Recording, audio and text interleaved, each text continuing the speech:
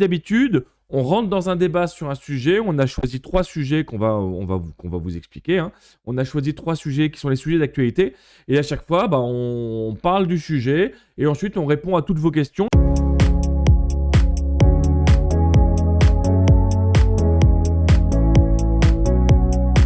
Bonsoir à tous, et ce soir on refait la strat avec Silberzan et TeamSeat. Philippe, quel est le premier sujet sur lequel on attaque? Bah, c'est toi qui l'as choisi, alors c'est pas. Il faut pas que Ah tu oui, me. mais je te Bon, file la je main, dis juste parce que je suis un bonjour mec à sympa. David, avec qui j'ai passé la journée dans ma salle de cours à l'EM Lyon. Et visiblement, il n'a pas encore été écœuré. Il revient, donc voilà, il y a des gens chez moi. Et il m'a dit, j'ai pas eu, il y a dans le commentaire, donc bonjour David, enfin rebonjour David. Et Pascal aussi, Pascal Chira. Donc c'est sympa, il y a des noms qui reviennent, Ouais, donc j'étais c'est avec eux il y a super 3 semaines, agréable. moi. Bonjour Frédéric. Salut les gars, salut les Euh, filles.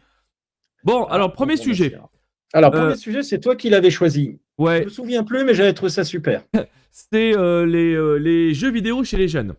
Ah oui. Alors, en fait, voilà, le premier sujet dont on va parler, c'est de la question des jeux vidéo sur les jeunes. Et ce sujet, il a émergé entre nous parce que moi, j'ai lu une série d'articles et j'ai lu l'analyse de méta-publications par un psychologue. Des méta-publications, c'est des publications qui synthétisent un très grand nombre de publications scientifiques. Et Philippe m'expliquait quel était le rapport de ses enfants aux jeux vidéo et comment lui, il gérait sa relation à ses enfants avec le jeu vidéo. Et on s'est dit qu'en fait, et pareil pour moi, et on s'est dit que nous, ce qu'on vivait et ce qu'on lisait, ça devait être quelque chose que vous aussi, vous viviez et lisiez. Donc on a pensé que ce sujet, il pourrait être intéressant. Alors, l'article que j'ai lu en question, c'est un article, donc le premier article que j'ai lu, c'est un article... Vas-y. Jean-Philippe, on pourrait peut-être, c'est comme dans les procès, on donne d'abord la parole à l'accusation, puis ensuite à la défense. Et donc, bon, c'est pas non plus l'esprit dans lequel on va fonctionner, mais Vas-y, t'es incandescent de toute façon. Voilà.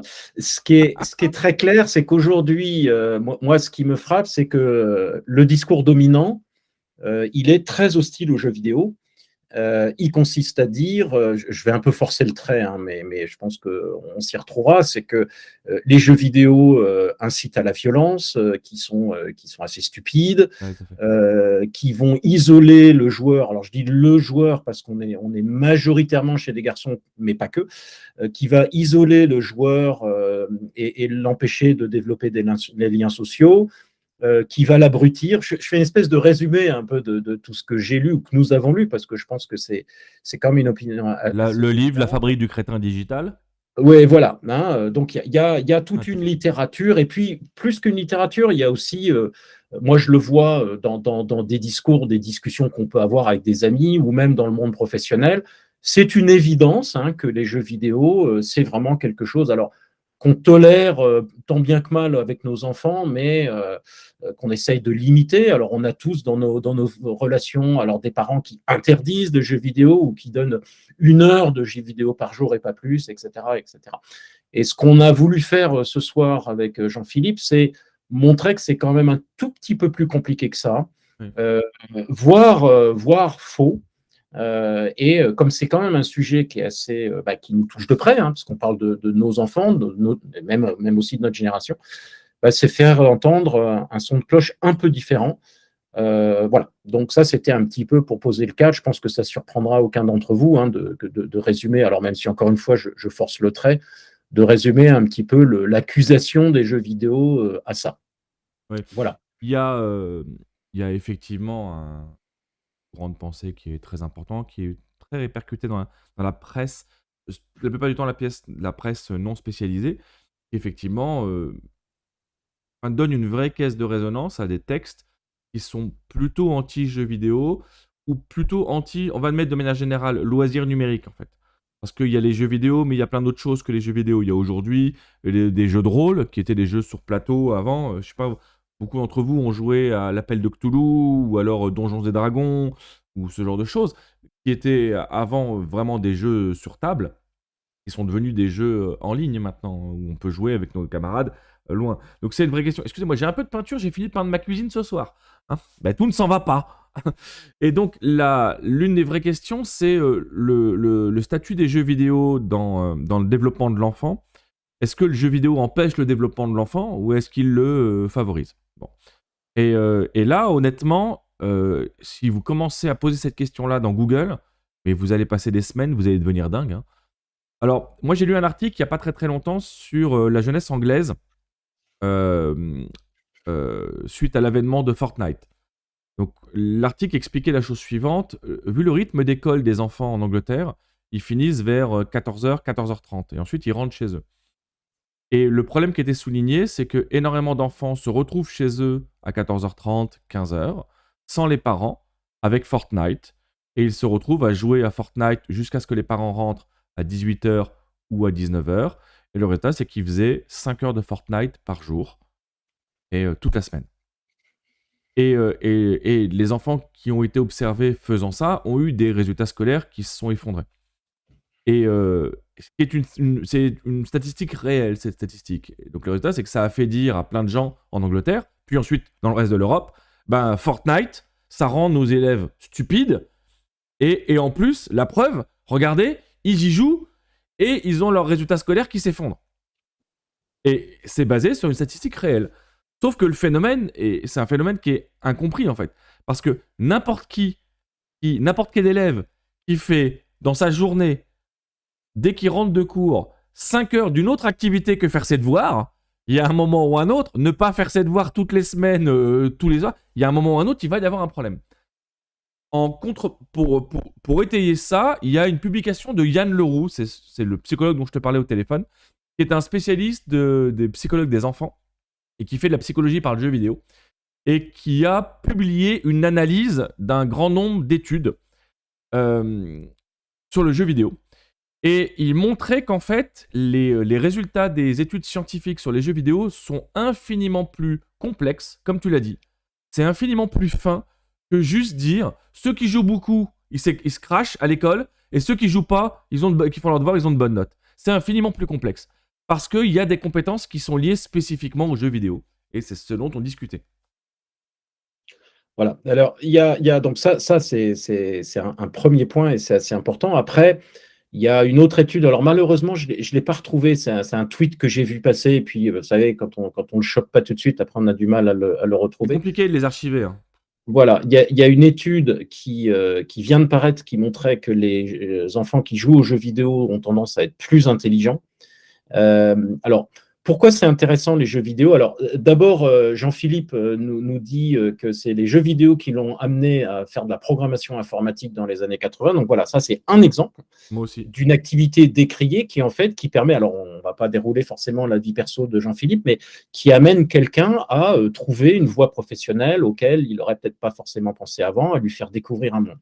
Et cette notion de découvrir un monde, elle me semble très importante parce que, alors, il y a des jeux vidéo qui sont, on va dire, un peu moins intelligents que d'autres, mais même les jeux vidéo, vous savez, ce qu'on appelle les FPS, hein, les first person shooting, donc c'est tagada boum boum, hein, si je résume, si on passe son temps à dégommer des gens, bah, ces jeux développent une certaine forme d'adresse, de réaction, etc. Mais après, on a des jeux qui sont plus sophistiqués. Moi, je me souviens d'avoir discuté, par exemple, avec un jeune qui avait, qui était issu d'un milieu, on va dire, très défavorisé, et qui me disait la révélation qu'avait été pour lui le jeu Assassin's Creed, donc d'Ubisoft, parce qu'il me disait, moi, j'avais en gros très peu de culture au fond, et je découvre ce qu'est la Renaissance, qui était un truc pour moi complètement inconnu. Et alors, non seulement ça a été une révélation, mais en plus, il a mis le doigt dans une civilisation à laquelle il était totalement étranger. Et bon, il se trouve qu'après, il a fait une carrière dans le jeu vidéo d'un truc qu'il ne connaissait pas juste avant. Et il y a d'autres éléments hein, sur l'impact des jeux vidéo. On a par exemple des jeux vidéo aujourd'hui qui se jouent à plusieurs, donc en équipe. Hein, donc, vous avez peut-être entendu vos enfants jouer avec un casque avec micro et parler à leurs collègues de l'équipe et bâtir des stratégies en disant tiens, toi, tu vas aller par là, attention à celui-là, etc. D'une part. Et d'autre part, moi, ce que j'ai observé aussi, c'est l'équipe, il faut la créer. Et donc, entendre un gamin dire ah bah lui, on ne peut pas le prendre dans notre équipe parce qu'il fait des cheats. Alors, j'ai appris que c'était des gens qui trichaient. Donc, c'est au fond de repérer ceux qui se comportent bien, ceux qui ne se comportent pas bien. Lui, on peut le mettre dans notre équipe, lui, on ne peut pas le mettre, etc. Au fond, d'agir presque comme un DRH ou un coach en disant, lui, on va le prendre dans notre équipe, lui, on ne va pas le prendre, toi, tu vas faire ça, etc. Et donc, je crois que ce qui est important, c'est de dépasser des visions un peu simplistes du jeu vidéo et surtout ces visions qui sont quand même sous-tendues par une hostilité à la technologie.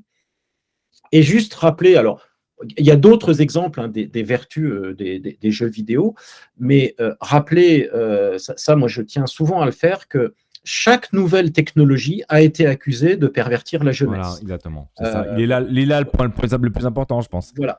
Et donc, on est vraiment dans le dur, là. Je vous invite à voir, il y a un compte Twitter qui est extraordinaire qui s'appelle Pessimist Archive, qui se contente juste d'afficher des articles de journaux. Et alors, là, l'autre jour, j'en voyais un qui était les enfants qui lisent, eh bien, ils s'enferment, ils ne parlent pas aux autres. Et le livre, hein, là, on est dans les années 30, et il était clairement expliqué dans C'était mon exemple. Hein. J'allais dire ça après. Voilà, je t'ai bien eu. C'est exactement ça. Mais c'est valable pour tout. Non, mais c'est exactement ça. Les enfants, avant, qui étaient enfermés chez eux et qui lisaient, on leur disait, mais ferme ce livre et sors. Va t'aérer, va faire quelque chose. Va dehors, va faire autre chose. Et le môme, donc en fait, on le disait déjà. Alors que maintenant, un enfant qui n'est pas dehors à jouer au foot, mais qui est chez lui en train de lire des bouquins, on dit, ah, mon fils, c'est un intellectuel. En fait, c'est notre regard qui change. Mais l'enfant reste l'enfant, en fait. Il reste à chercher des loisirs, à chercher à exister, à chercher à se construire lui-même. Et il ne faut pas oublier que nous tous, adultes, nous gardons en nous l'enfant que nous étions. Mais il y a aussi autre chose qui est important, c'est qu'aujourd'hui, les gens qui ont 45 ou 50 ans ont joué il y a 30 ans. Parce que la NES a 30 ans, en fait. Ils ont joué. Alors que les gens qui avaient 40 ans il y a 15 ans, ils n'avaient pas eu une enfance de gamer. Donc en fait, le statut du jeu vidéo change parce qu'on est aujourd'hui dans la première génération de parents qui ont été des joueurs de jeux vidéo quand ils étaient enfants. Donc ils retrouvent chez leurs enfants le jeu vidéo. Alors, il y a ceux qui n'ont pas joué, il y a ceux qui n'ont pas du tout aimé jouer. Et donc, en fait, c'est le regard qu'on porte sur les enfants. Je vous encourage à suivre Yann Leroux, Leroux, qui est un psychologue sur les enfants. Et donc, il expliquait, dans une méta-étude, il expliquait quelque chose de très intéressant. Le jeu vidéo permet de générer un certain type de compétences chez les enfants. Et l'une des compétences les plus importantes, c'est le problem solving. Le problem solving, c'est l'aptitude à résoudre un problème complexe. Mais la plupart du temps, dans les jeux vidéo en ligne, c'est l'aptitude à résoudre un problème complexe à plusieurs. Moi, par exemple, j'étais chef de guilde sur un vieux jeu qui s'appelle StarCraft. Eh ben, on faisait du management. Hein. Moi, je ne m'en rendais pas compte, hein, mais je faisais du management. Hein. Parce qu'on gérait les équipes, on gérait ceux qui étaient absents quand on avait des tournois, on gérait les stratégies, on gérait les complémentarités parce que c'est un jeu d'équipe, hein, StarCraft.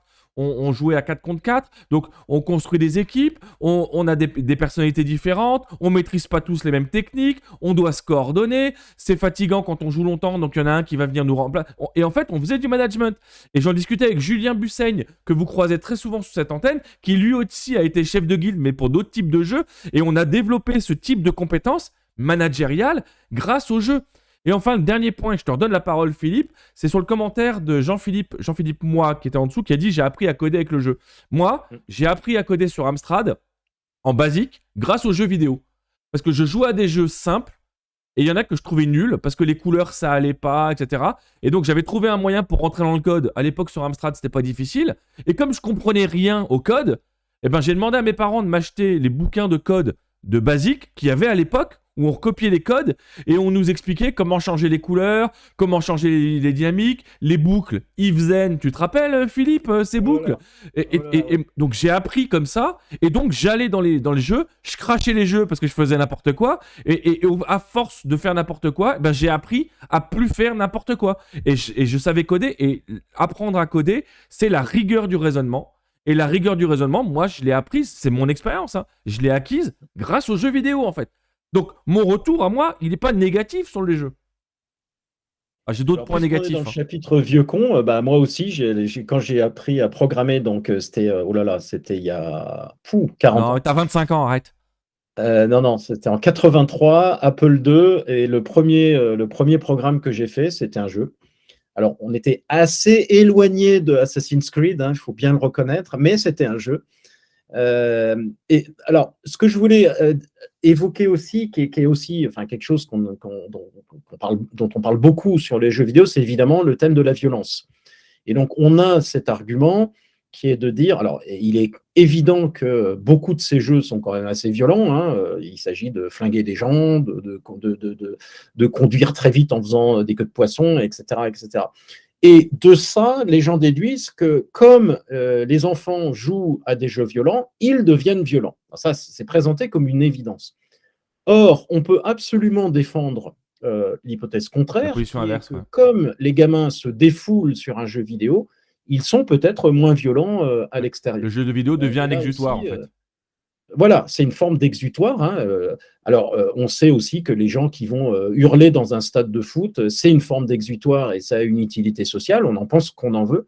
Et donc, de penser que le jeu vidéo, parce qu'il est violent, C'est ça. donne quelqu'un de violent, alors non seulement c'est absolument pas prouvé, mais on a même plutôt tendance à penser le contraire. Donc, c'est un exitoire qui peut être très utile.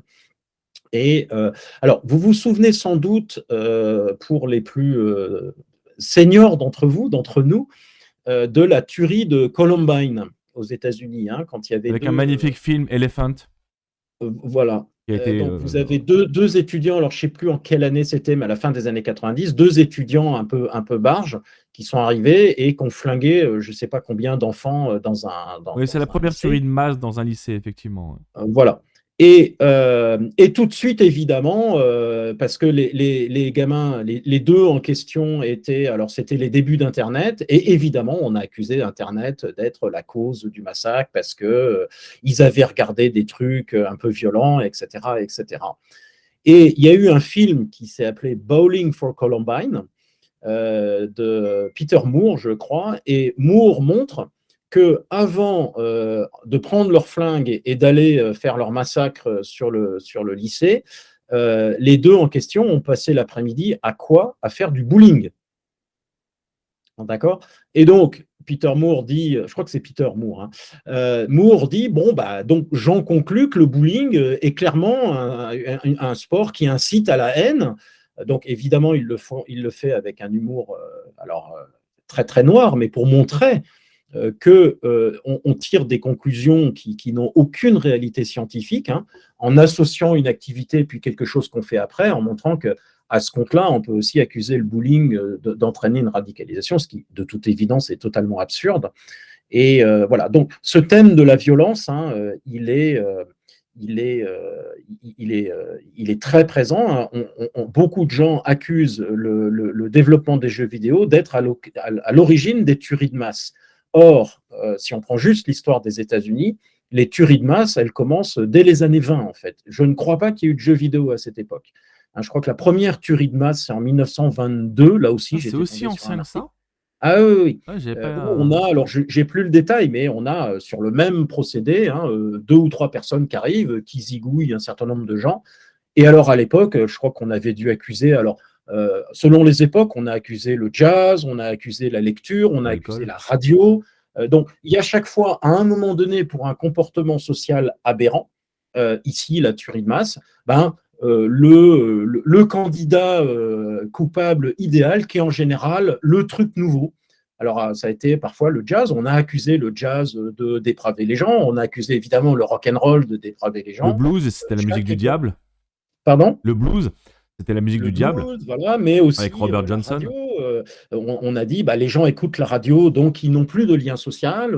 Tu évoquais sur la lecture, les gamins lisent des livres, donc ils n'ont plus de lien social. Vous voyez, c'est une vieille antienne, au fond, réactionnaire, hein, il n'y a pas d'autre terme, c'est-à-dire il y a un phénomène qui se développe qu'on n'a pas vraiment, qu'on ne comprend pas vraiment parce que c'est très nouveau, donc on va se refermer et avec une attitude réactionnaire qui dit, ah, ça corrompt la jeunesse, vous voyez, ça fait. Je crois que les Grecs avaient commencé il y a 2500 ans. Donc, alors, ça ne veut pas dire qu'il n'y ait pas des questions qui se posent, évidemment, sur les jeux vidéo, etc. Évidemment. Mais c'est juste histoire de dire qu'il faut quand même un peu nuancer les propos et qu'on sait aujourd'hui que jouer aux jeux vidéo a beaucoup, beaucoup, beaucoup d'intérêt. Tu en as évoqué quelques-uns. Il y en a plein d'autres. Hein, donc voilà, je crois que c'est important quand même de nuancer ces choses-là. Alors, ça veut pas dire aussi que, les enfants, doivent être encouragés à jouer, toute la journée aux jeux vidéo et à pas faire d'autres choses. En fait, le ce qu'il faut comprendre, la seule chose qu'il faut comprendre, c'est que le jeu vidéo, enfin, ce qu'on dit aujourd'hui sur la relation du jeu vidéo et de l'enfant n'est pas entre l'enfant et le jeu vidéo, c'est le regard que les adultes portent sur la relation qu'entretient l'enfant au jeu, en fait. Et cette relation de l'adulte change en fonction des contextes qui évoluent, de l'éducation de l'adulte, du parcours de l'adulte, du fait que l'adulte ait été joueur ou pas. Moi, je suis un ancien fumeur. J'étais un très gros fumeur. Et honnêtement, donc moi, je fumais plus de 2 paquets de cigarettes par jour et j'ai fait ça pendant 20 ans. Donc j'étais un très gros fumeur. Et quand j'ai arrêté de fumer, je me suis rendu compte de quelque chose que j'avais pas vu. C'est que les plus anti-fumeurs sont ceux qui sont parvenus à arrêter de fumer. Et en fait, on se retrouve avec une surreprésentation de l'importance du problème parce que nous-mêmes, on a réglé le problème. Et je pense qu'il y a de ça sur les jeux vidéo. Il y a les parents qui n'ont pas joué et qui voient leurs enfants conduire une activité qu'eux-mêmes n'ont jamais émotionnellement vécue, en fait, et qu'ils perçoivent comme négative parce qu'ils ne l'ont pas vécu, donc ils posent un jugement sur cette activité. Et puis, il y a ceux qui ont joué, il y a ceux qui ont joué et qui l'ont géré, et puis il y a ceux qui l'ont joué, qui ont joué peut-être de manière compulsive et qui ne l'ont pas géré, et qui projettent cela sur leurs enfants, alors que ça se trouve, leurs enfants ne vont pas jouer de manière compulsive. Moi, mon fils, il joue aux jeux vidéo, il joue à Fortnite, il a droit à quelques heures par semaine. Le résultat, c'est que ça lui a plu, et il a appris à coder sur Scratch, et donc en fait, il commence à coder, parce qu'en fait, il essaie de reproduire des mécanismes de certains jeux vidéo qui lui ont plu, avec Scratch, qui est une application du MIT pour apprendre aux enfants à coder, en fait. Donc, il ne faut pas oublier que le jeu vidéo permet aussi de construire un rapport à l'ordinateur, un rapport à la technologie, hein, on peut le dire en fait, hein, un C'est le rapport à la témoignage tablette. de Jean-Philippe, en fait. Hein. C'est la même chose, effectivement. C'est de dire que c'est une fenêtre sur quelque chose. Un jeu vidéo, beaucoup de jeux vidéo sont aussi des espaces de création, hein, des espaces dans lesquels on va construire une certaine identité. Je pense qu'on avait évoqué le métaverse la dernière fois, mais je pense que ça sera encore plus développé dans le métaverse.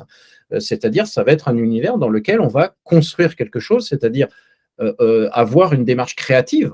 C'est quand même aujourd'hui la créativité, c'est un enjeu absolument fondamental. Donc le jeu vidéo, c'est il y en a plein d'autres, un des espaces dans lequel on a de plus en plus, parce qu'ils sont de plus en plus sophistiqués, un espace créatif, on a des modes créateurs, etc., dans lequel le gamin, enfin je dis le gamin parce que c'est plutôt des jeunes qui jouent, va pouvoir aller, alors soit jouer, soit configurer un environnement particulier pour pouvoir ensuite jouer, monter un serveur et graduellement, on passe de quelque chose qui est relativement passif à quelque chose qui est de plus en plus actif. Il faut noter aussi que moi, c'est vrai que je préfère que mes enfants jouent aux jeux vidéo plutôt que de regarder la télévision, parce que la télévision est quelque chose là, pour le coup, de totalement passif, alors que le jeu vidéo est déjà quelque chose d'actif. Et encore plus quand on commence à avoir des espaces de création, parce que non seulement on est actif dans le jeu, mais on est actif dans la configuration du jeu, et puis de plus en plus, le paramétrage, la création d'un nouvel espace, etc., etc. Donc c'est des espaces de liberté, c'est des espaces dans lesquels le joueur peut tester des choses, c'est-à-dire il va aller tester des limites, il va aller tester des comportements un peu borderline, mais de façon évidemment sécurisée.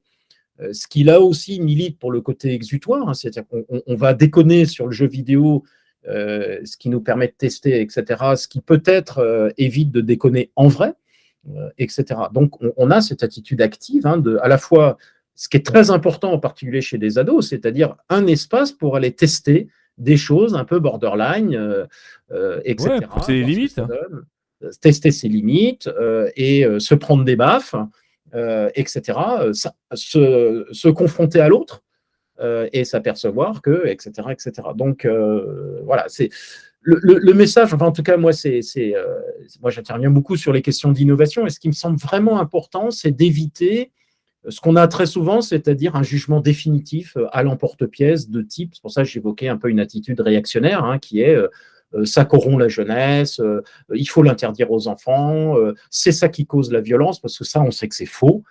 Voilà, donc de la nuance. Voilà, moi, je pense que des enfants qui jouent aux jeux vidéo en retirent énormément. Et du Ils ne dialogue sont avec les pas du enfants. tout asociaux. Et du dialogue avec les enfants. Oui. Il faut qu'ils aient un exutoire après avoir joué, parce qu'il y a aussi les jeux, bien entendu, sont générateurs de frustration. Parce que c'est la mécanique du jeu, en fait. Vous faites quelque chose, vous n'arrivez pas à le faire, vous sentez une frustration, et vous recommencez, vous réessayez. Prenons un Mario, par exemple, qui était les jeux de notre génération.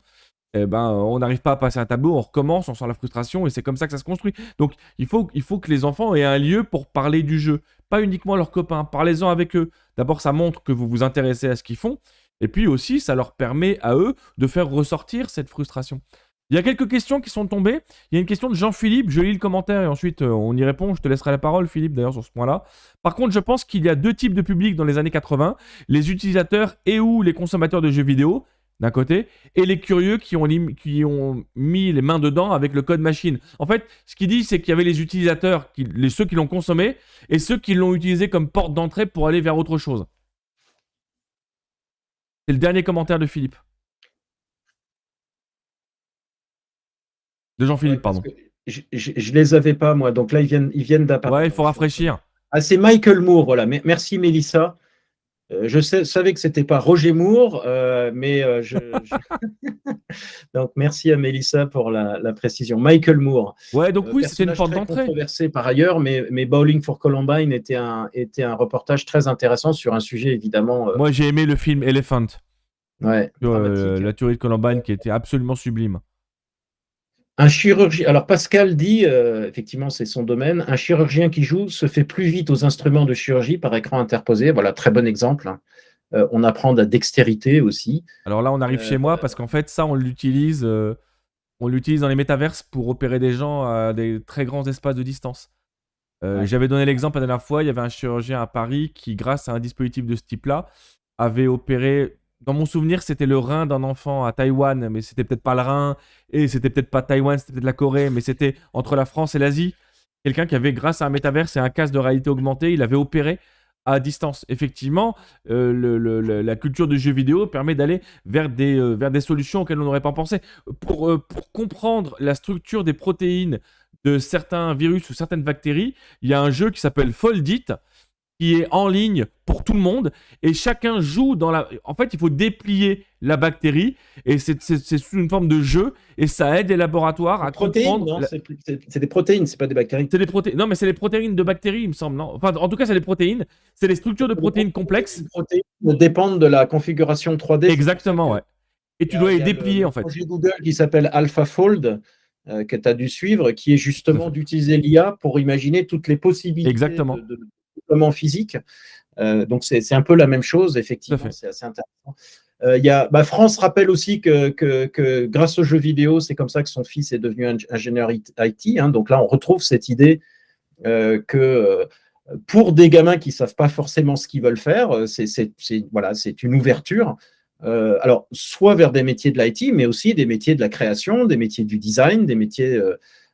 parce qu'aujourd'hui, le jeu vidéo, c'est évidemment tout un univers professionnel dans lequel vous avez plusieurs métiers possibles. Hein. Donc, c'est aussi ça qui est intéressant. Alors, il y a la question de l'addiction qui est posée par Marianne. Il faut juste reconnaître qu'autant que l'alcool ou les drogues, c'est un domaine dangereux pour les jeunes non équilibrés psychologiquement, avec la question des addictions. Alors, moi, je pense que ça, c'est un argument qui est à double tranchant, en fait. Le premier argument, c'est dire, oui, il y a des gens qui sont fragiles psychologiquement, et cette fragilité psychologique, elle va être renforcée par le jeu vidéo en produisant le fait d'exacerber les émotions, les frustrations, ce genre de choses. Moi, je pense que le jeu vidéo est fléché parce que les mômes sont sur le jeu vidéo et parce qu'on peut faire ce lien de causalité facile, Mais moi, je pense que cette frustration, elle peut avoir lieu partout. Elle peut avoir lieu à l'école. Elle peut avoir lieu dans la relation à l'autre. Quand il y a l'adolescence, elle peut avoir lieu elle peut arriver dans la relation aux filles, en fait, puisque il y a les premiers émois amoureux et les premières frustrations de ne pas pouvoir satisfaire cet émoi, en fait. Et je pense qu'en fait, cette question d'addiction, c'est un fléchage trop rapide sur les jeux vidéo. Ce que je pense, en fait, c'est que, pour résumer, on a tendance à introduire, on a tendance à être certain de liens de causalité sur des phénomènes simples, alors qu'en fait, on est sur des phénomènes qui sont infiniment plus complexes qu'on ne pourrait le croire, en fait.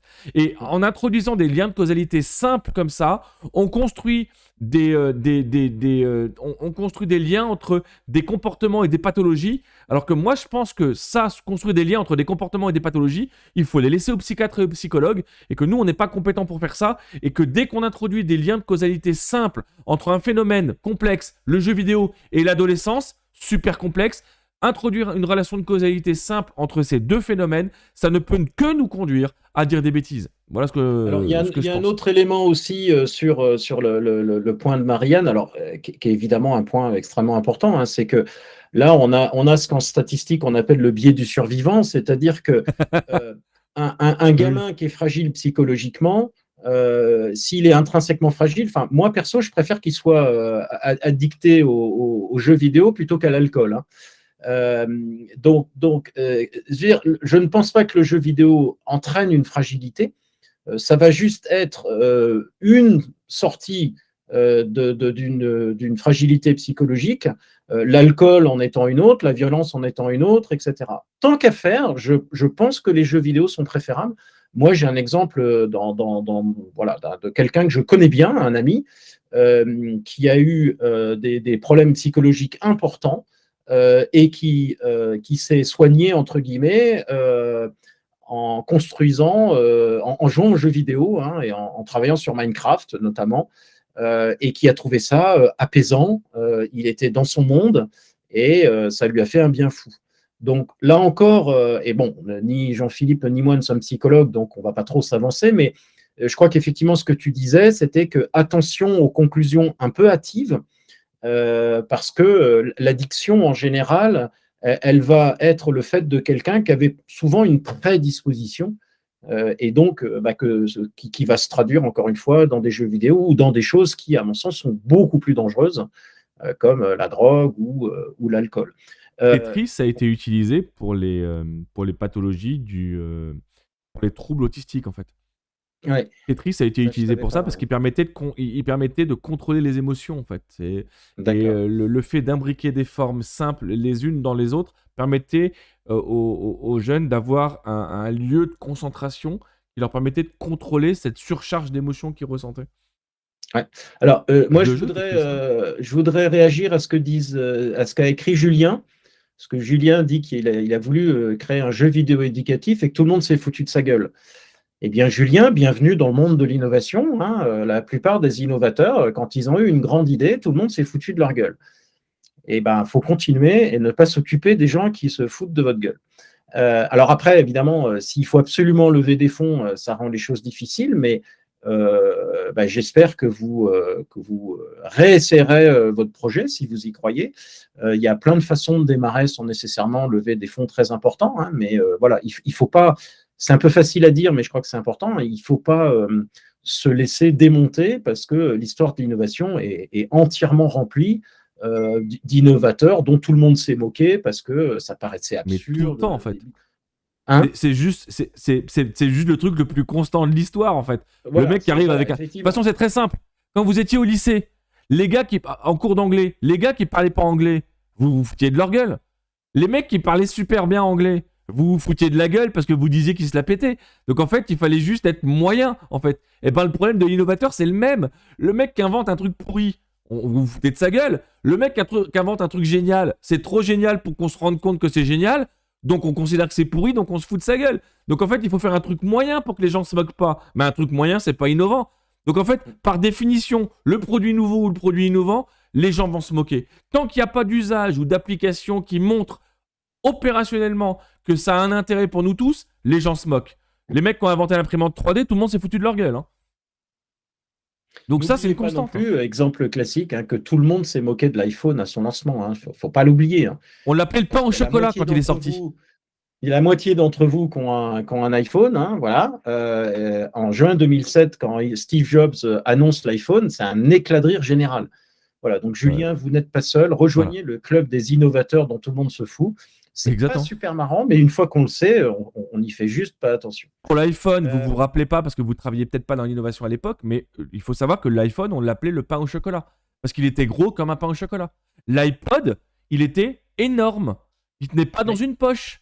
C'est-à-dire que il faut se rappeler quand même de ces produits quand ils sont Et il avait sortis, un hein. disque dur, hein, un vrai machin qui Mais tournait. il tournait, Quand on il y faisait du pense, c'est bruit, il délirant. vibrait, il allait pas dans la poche, il était énorme, il était gros, il était épais comme ça. Et l'iPhone, on l'appelait le pain au chocolat. Il était vraiment gros en fait. Donc il faut se rappeler de ces choses-là. Donc le fait que les gens se moquent, oui, eh ben, Ça fait partie du game. si déjà on les a fait marrer, on a déjà construit une relation avec eux, ça peut commencer comme ça. Voilà. On attaque un nouveau sujet. David, Non, il y a un point que tu voulais ouais, encore voir. oui, bah, oui, peut-être. Bon, David dit est-ce Vas-y. qu'un jeu vidéo est fait de telle manière à générer une addiction? Moi, j'aimerais qu'on arrête le terme addiction. Évidemment, le jeu vidéo, il a intérêt à ce que vous continuez à jouer. Est-ce que pour autant, ça génère une addiction? Je ne sais pas. Le mot addiction, je trouve que ça cadre trop. C'est quasiment un Il y en jugement a avant combien qui ont même une de. Je addiction ne au crois pas Nutella? vraiment qu'il y ait d'addiction. Il y en a Euh, combien qui ont une voilà. addiction au Nutella ou au Ouais. chocolat ou aux glaces à la vanille quand ils sortent Non, mais ça, par contre, de la ça, c'est piscine? justifié, ça. Non, mais ce que je veux dire par là, en fait, c'est là encore, on est sur un phénomène d'abord qui est hyper complexe et qui est traité par les psychologues et les psychiatres, mais aussi sur une question du rapport, du rapport qu'on a chacun à la chose, en fait, Ouais. et à la frustration, son aptitude à Bon, gérer la tu voulais frustration. nous parler comment ça s'appelle? ChatGPT? Non, c'est ça? C'est comme ça que ça ChatGPT, tu s'appelle? veux en parler? On parle un peu IA alors? Allez, on On parle un bascule. peu IA, ouais, On ouais. va parler un peu intelligence artificielle. Bon, il y a ChatGPT qui est sorti il y a quelques jours. C'est la version 3 en fait, qui est sortie il y a quelques jours. Pour ceux d'entre vous qui veulent voir ce que c'est, allez voir sur ma chaîne YouTube, j'ai fait une vidéo là-dessus. ChatGPT, c'est une application très simple. Elle est censée pouvoir répondre à toutes les questions. Alors moi, j'ai fait des tests, et puis je suis allé lire des copains qui ont fait des tests, et puis je suis allé voir ce qui se passe, et voilà. Et donc ChatGPT est mu par une intelligence artificielle. C'est pas une application qui est connectée à Internet. C'est quand quand on lance une requête, elle va pas chercher la réponse sur Internet. C'est pas un moteur de recherche. Elle sort une réponse qui est construite par l'intelligence artificielle. Et donc cette réponse, elle est structurée sur des connaissances que l'IA a créées à travers le machine learning. Pour résumer, ils ont donné à bouffer de la connaissance à ChatGPT pendant plusieurs mois. Et quand on lui pose une question, il est capable de combiner ses connaissances pour vous faire une réponse. Moi, j'ai fait des tests et j'ai des copains qui ont fait des tests. Et en fonction du profil de la personne qui a fait un test, et c'est ça qui est très intéressant et qui est le sujet duquel on va parler, c'est que les gens qui ont un profil technique, des développeurs, des gens qui travaillent sur les ordinateurs, des gens qui ont un profil technique, voire technologique, ils trouvent que ChatGPT, c'est une révolution. C'est le mot qui revient le plus. Des gens qui viennent de sciences sociales ou des managers ou des gens qui travaillent sur les mots ou sur les concepts ou sur les compétences. Donc j'ai des copains en marketing ou en sociaux qui ont testé ChatGPT. Ils trouvent que ça casse pas trois pattes à un canard. Ils trouvent que les résultats, c'est comme ce que nous donnent les agrégateurs de contenu, mais c'est pas infiniment plus sophistiqué que ça. Et donc, là, on arrive à un truc qui est très intéressant. On a un logiciel qui fonctionne sur une intelligence artificielle qui est extrêmement sophistiquée. Et en fonction de ce que l'utilisateur est, sa perception de la performance elle-même de l'IA n'a absolument rien à voir. On a l'impression qu'on a deux logiciels qui sont complètement différents. Alors, l'expert de l'innovation, qu'est-ce que tu en penses de ça? Alors, sur ce sujet-là, d'abord, moi, toujours, j'ai un réflexe qui est un réflexe historique. Et le système intelligent qui répond à toutes nos demandes, c'est pas nouveau. Il Non. y a, pour les férus d'histoire, est-ce que tu sais quel est l'ancêtre de ChatGPT? J'espère que je vais pouvoir te coller, là, ça me satisferait beaucoup. Ah non? Ah Vas-y, ah! dis-moi. Est-ce qu'il y a dans l'audience des gens qui connaissent? Alors, cherchez pas sur Wikipédia, hein, s'il vous plaît, parce que ce serait pas drôle. Ouais, c'est pas juste parce que ceux qui nous regardent là, ils peuvent faire des Non, petites mais recherches alors que moi non, je me non, mais retrouve tout ils vont seul être là cool, ils vont dans pas le mon faire. salon et j'ai pas la réponse. Voilà. Quel est l'ancêtre de ChatGPT? Ah ah! Aucune Eh idée. bien, Vas-y, l'ancêtre balance. Je sais de pas. ChatGPT, je vais vous l'écrire, parce que j'ai appris ça quand j'ai fait. Parce que le secret, je peux vous le dire maintenant, c'est que j'ai un BE d'intelligence artificielle. L'ancêtre, il s'appelle ELISA. Putain, je connais en plus Et Elisa. ELISA, ça date de 1964. Et c'est un des tout premiers programmes, alors j'ose à peine d'utiliser le terme, hein, d'intelligence artificielle. L'idée Je connais était, Elisa. devinez quoi, que vous pourriez poser n'importe quelle question au système qui vous répondrait. Et donc, ça donnait des trucs très impressionnants. Alors, c'était orienté un peu psychologie. Je me sens mal. Et alors, l'ordinateur vous dit, ah, mais qu'est-ce qui fait que vous vous sentiez mal, etc. Et alors, la réalité, c'est que c'était basique de basique de C'est des basique de arborescences à basique. l'époque. Voilà, donc Ah. évidemment, très rapidement, au bout de 3 questions, on se rendait compte que le truc tournait en boucle, etc. Mais ça avait beaucoup impressionné les gens à l'époque. En gros, les gens en avaient conclu que oh bah là, visiblement, d'ici quelques années, ils vont améliorer le truc et on aura un répondeur universel. On pourra lui poser des questions, quel est le sens de la vie, voilà, et l'ordinateur répondrait. Alors, la réalité, évidemment, c'est que comme ce système était totalement primitif, ça a disparu, mais Elisa a beaucoup marqué les esprits. Et donc, on retrouve avec ChatGPT, c'est un long détour, hein, cette idée, à mon avis, chimérique, hein, Non, mais c'est complètement, qui c'est est, hyper adéquat. Ce que tu dis, c'est exactement ça. Les commentaires que voilà. les gens font, c'est exactement ce que tu décris. Alors après, il y a toujours je pense, hein, une erreur que font beaucoup de techniciens, j'en suis moi-même un, donc j'en parle d'autant plus librement, c'est de viser à une solution universelle. C'est ça. Et donc, le système va être pertinent dans 70% des cas, puis 30% des cas va donner des trucs complètement délirants. Peut-être que ces technos devraient être plus verticalisées, elles seraient assez efficaces, alors notamment dans des domaines plutôt techniques, dans lesquels il y a moins d'ambiguïté, moins de flou, dans lequel les réponses sont c'est bon ou c'est pas bon. Quand vous posez des questions dans un domaine sur, je sais pas moi, les planètes, l'astronomie, la réponse, elle est A ou B. Si vous commencez à lui poser des questions philosophiques, il n'y a pas de bonne réponse, puisqu'on va être dans des valeurs, etc. Donc, on sait que dans ChatGPT, en plus, il y a un système de modération, parce que tout ça étant américain, c'est très politiquement correct. Oui. Donc, il y a des réponses qu'on n'a pas le droit de donner. Et donc, vous avez, en fin de boucle, au fond, une forme de censure, parce qu'il y a des trucs qu'il ne faut pas dire. Donc, on voit bien à quel point cette espèce d'objet technique très idéalisé touche très vite des limites. Dès qu'on quitte le domaine purement technique où l'information est relativement objective, le caillou il tombe ou il tombe pas, et quand on va commencer à aborder des questions autour de l'histoire de la philosophie, là évidemment on va être dans des valeurs, dans des croyances, dans des choses comme ça, et là j'ai bien peur que le truc n'aille pas très loin. Bon, ça c'est un peu mon point de vue. Après, j'avoue que je ne suis pas non plus un spécialiste de la chose. Mais voilà, Elisa, vous chercherez Elisa. Non, mais les commentaires que tu Direct. fais, c'est exactement ce que les gens disent aujourd'hui. Ils disent, ouais, tu le critiques là, mais tu vas voir, dans 10 ans, ça va être extraordinaire. C'est exactement ce que tu viens de dire. Alors, les gens qui ont une formation technique, et attention, hein, moi, je viens de ça, en fait. Hein. Mon goût, mon premier amour, c'était la physique. J'ai appris à coder. Je veux dire, maintenant, je suis en stratégie, qui est plutôt une science sociale, mais j'ai un goût pour la tech, j'ai toujours eu. Hein. D'ailleurs, avec Philippe, on parle très souvent de technologie.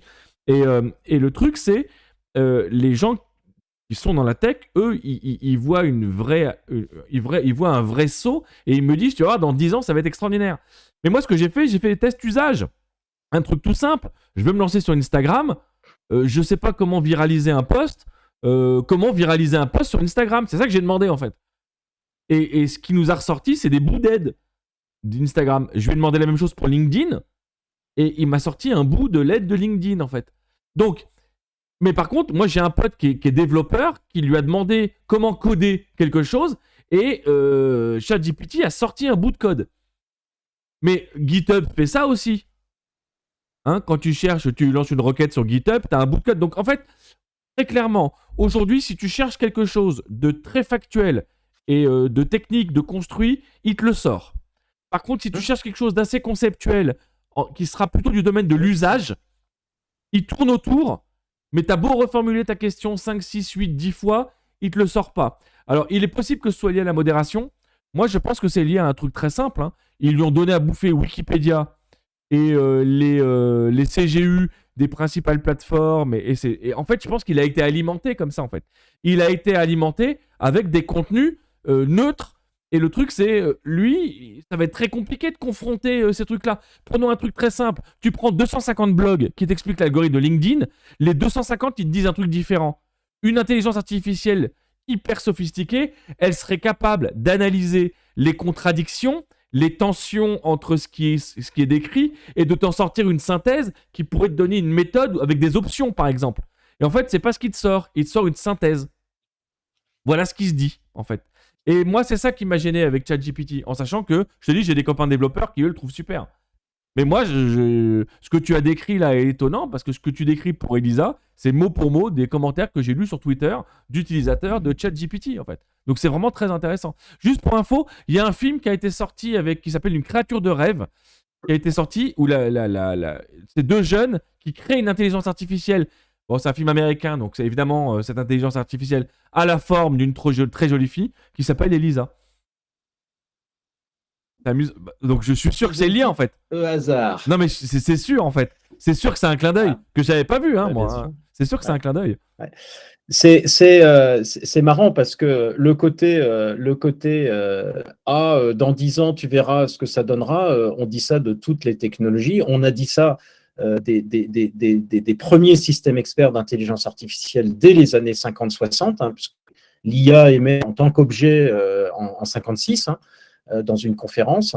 Et je crois que c'était à Dartmouth College, et les spécialistes de l'IA de l'époque disent on a à peu près tout verrouillé, on est bon, quelques petits détails par-ci, quelques petits détails par-là, mais d'ici 5-10 ans, on aura des ordinateurs qui seront intelligents. Bon, ça ne s'est pas vraiment passé comme ça, parce qu'il y a toujours une forme de naïveté technique là-dessus, qui a ses avantages aussi, hein, parce qu'elle permet de ne pas être freiné dans ses ambitions, mais voilà, quand on parle d'un objet social, il faut aussi avoir conscience que on va prêter à l'objet technique des ambitions qui sont démesurées, ce qui parfois peut être contre-productif, parce qu'on peut imaginer que ChatGPT, oui, merci Harry, parce que oui, on retrouve la même idée que le Mechanical Turk. Alors, c'est un peu différent, mais parce que ça, c'est basé sur de l'humain. Hein, Mechanical Turk, c'est de l'allocation de tâches à des humains qui peut être intéressante, mais ChatGPT, il y a derrière cette idée d'un répondeur universel.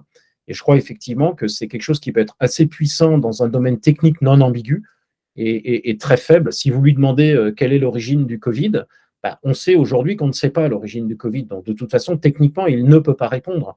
Donc, je serais curieux de savoir quelle est la phrase, parce que il faut savoir que jusqu'il y a, on va dire, 4 ou 5 mois, quand vous disiez que le Covid a trouvé son origine dans une fuite d'un laboratoire de recherche à Wuhan, c'était considéré comme complotiste et fake news.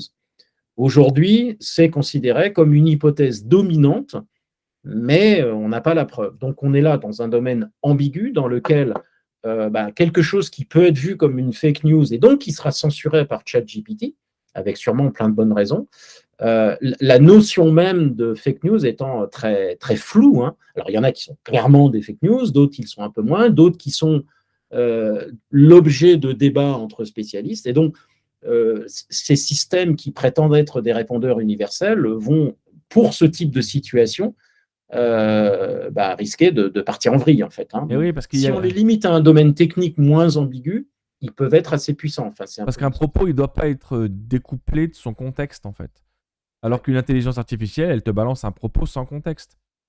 Ça me fait penser Facebook a lancé il y a quelques années un second fil d'actualité qui s'appelait Explore. Sur votre interface Facebook, c'était une petite fusée. On l'appelait Rocket, mais bon, son vrai nom, c'était Explore. Et en fait, ce fil d'actualité avait tendance à viraliser des contenus qui devaient être éliminés de Facebook. Et il les surreprésentait. Ça marchait pas du tout, en fait. Et donc, ça a duré 7 ou 8 ans, et après, ça a été supprimé. Facebook l'a fermé il y a 4 ou 5 ans. Et ça marchait pas du tout, parce que ça surpropulsait. En fait, le fil d'actualité, il propulse les contenus. Ça surpropulsait des contenus qui auraient dû être complètement marginalisés. Et Facebook n'arrivait pas à trouver la solution. Et là, on a un commentaire de Nicolas qui est du même ordre. Nicolas nous dit, il y avait le chatbot de Microsoft T qui a été stoppé en quelques heures parce qu'il était devenu nazi. Et en fait, mais oui, mais l'intelligence artificielle de Facebook, elle disait des saloperies sur des minorités et sur Mark Zuckerberg, en fait. Donc oui, la question c'est... C'est vrai que l'épisode Microsoft a été quand même assez malencontreux, parce que le truc est parti en vrille, mais extrêmement rapidement. Et effectivement, il a fini par dire des horreurs. Le truc a été débranché en catastrophe. Donc on joue un peu avec le feu, mais après, la science a toujours progressé comme ça, hein. C'est-à-dire que les premiers essais, on se brûle, on se casse, on se blesse, on se moque de nous, etc. Il faut être assez indulgent en se disant que ça fait partie aussi du progrès technique, hein, de faire des trucs qui vont partir en vrille, qui vont foirer, qui vont donner des résultats embarrassants, etc. Ça ne condamne pas une démarche.